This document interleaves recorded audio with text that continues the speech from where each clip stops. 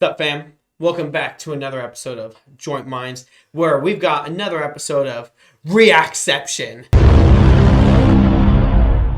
It's Joint Minds reacting to Ben Shapiro, reacting to Joe Rogan, reacting to CNN, reacting to Joe Rogan, and now Joe Rogan is confronting the CNN medical expert. So we are in the middle of this REACTCEPTION, so let's get into it. There's no reason to spend enormous quantities of brain power worrying about COVID these days. Now that the vaccines are available, it's over, okay? If the vaccines are available and you choose to get a vaccine, you shouldn't be worried. If you choose not to get a vaccine, you're probably not getting vaccinated because you're not particularly worried. Okay, the pathology is visible nearly everywhere. So Mark Cuban, he says that he's gonna force his employees to be vaccinated.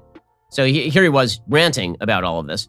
Dude, we added Mark Cuban to this REACTCEPTION now. Dude, I can't fucking keep up. Too many layers. This is one thick cake. If you work for me, I require my employees to be vaccinated, unless there's a doctor's reason where they can't be.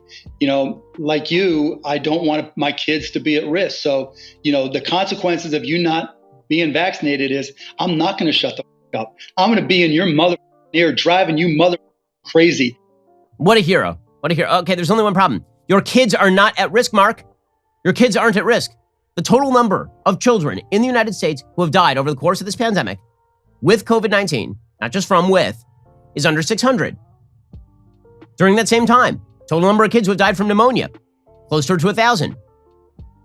According to Dr. Marty McCary from Johns Hopkins University, total number of kids. I think the bigger point about it is that if the kid's gonna get it, he's probably gonna pass it on back to somebody at home that might be more susceptible. Exactly. Yeah, I think he's missing like the greater like. That's what people like Ben Shapiro and these like Republicans always forget that the vaccine does, is that not only does it prevent you from getting sick from the virus, it prevents you from catching it and keeping it in your body, and that prevents you from passing it along to someone else who is possibly compromised. That's really the importance of the vaccine, because yeah, like it's only going to kill 1% of people, like, you know, that's what the data shows.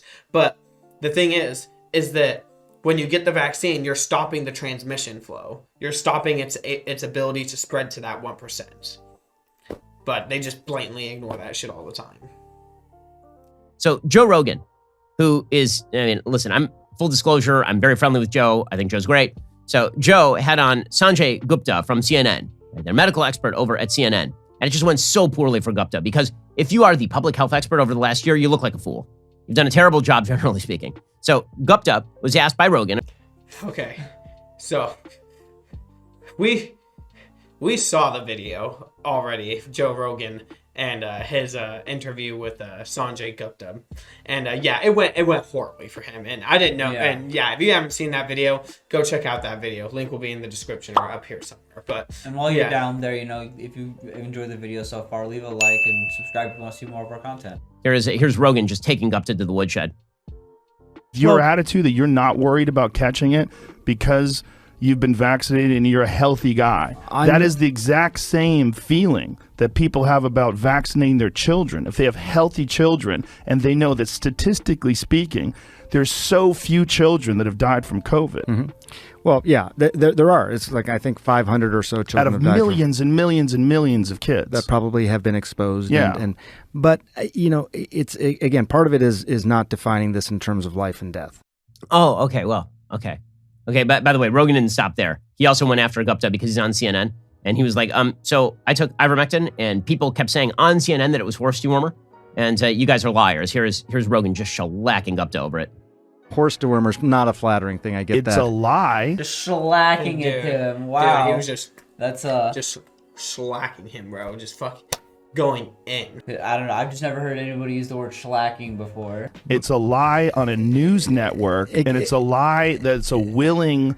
That's a lie that they're conscious of. This is not a mistake. Yeah. They're unfavorably framing it as veterinary medicine. Don't you think that a lie like that is dangerous on a news network when you know that they know they're lying? The thing is, we're like going so fast. Like, I feel like I'm missing. Do you think that's a problem, that your news network lies? Well, I don't. Dude. I mean, what did they say? They lied and said I was taking horse dewormer. Yeah, it turns out that our media are really, really bad at their jobs. Okay, but here's the problem. A lot of people trust that media. A lot of people have been listening to that media. I don't see how Biden pulls out of the economic tailspin. I don't. I think...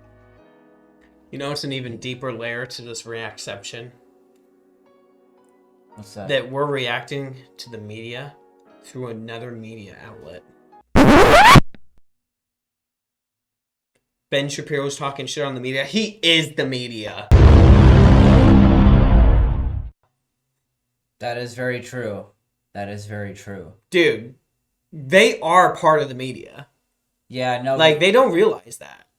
Considering how big his platform is, yeah. Yeah, like, he gets, like, just as many or almost as many views. You could argue that his YouTube channel might pull more views than their, like, news networks do.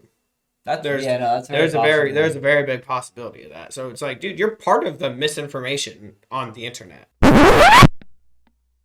That he has created a pathological paranoia in a significant percentage of the population. I think there are people who are going to be wearing masks 4 years from now, 5 years from now, maybe forever, because they've been told that the masks are protective. It's become a security blanket. I think the message of the last year truly is that for a new normal to set in, does not take very long at all. Like, at all.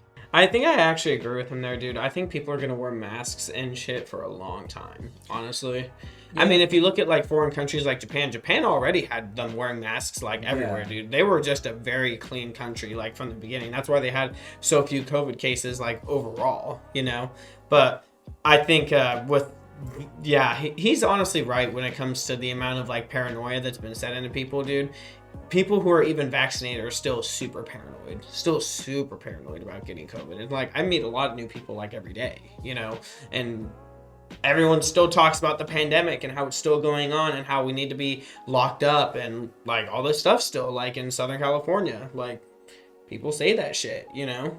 Yeah, but I mean, at the end of the day, it's who are you gonna believe and what outlets and, like, what media you're exposed to as well. Yeah. Well, like also just, like, you know, ricochet, like, the same, like, words, so you might just only be hearing the same thing and nothing else. Yeah, I think honestly, most people just shouldn't watch the news as much as they do. I think you should watch the news, like, maybe once every 5 years.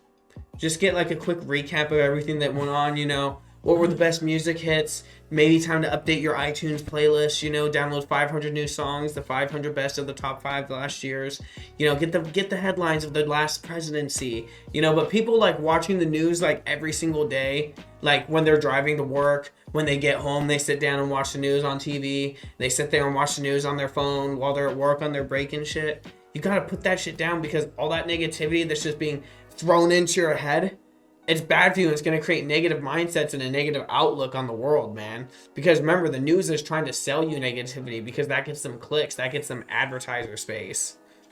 What type of hippie stoner bullshit are you on right now, my guy? Dude. He's got a problem. The only way the economy comes back is if Joe Biden says to people, you are now safe, go live your life. He won't do it. And the only way the economy comes back is if Joe Biden says to people, you need to go back to work and get a job. And meanwhile, he's trying to pay them to stay home. None of this is going to be conducive to a healthy economy or to a healthy presidency for Joe Biden. I think that he's locked himself in a box here, and he is like a mime now. He's just pushing at the invisible glass, trying to find a way out. Jobs right now. Yeah. So many companies are like begging for like people to come back to work. I was gonna say, dude, this is like total BS, dude. People are like, companies are literally begging for workers, begging. We got McDonald's paying $20 an hour and offering health benefits and tuition.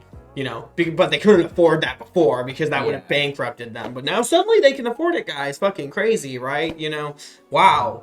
Suddenly, now that you don't have anybody to man your burgers, you can suddenly afford to pay them a living wage. Whatever. God. Yeah. I'm getting mad. I want to get paid. I want health benefits. YouTube doesn't give us health benefits. Or money. Or anything. I'm just right. So Joe Biden apparently is now going to become embroiled in the Hunter Biden email scandal. Remember that time that was not a story, the Hunter Biden email scandal?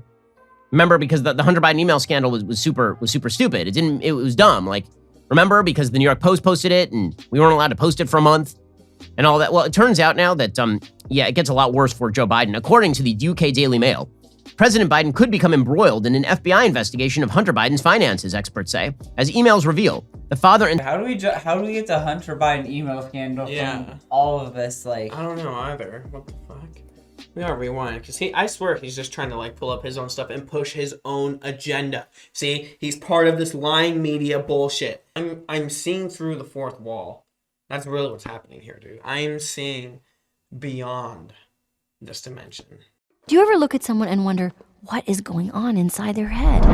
You like that, you little freak?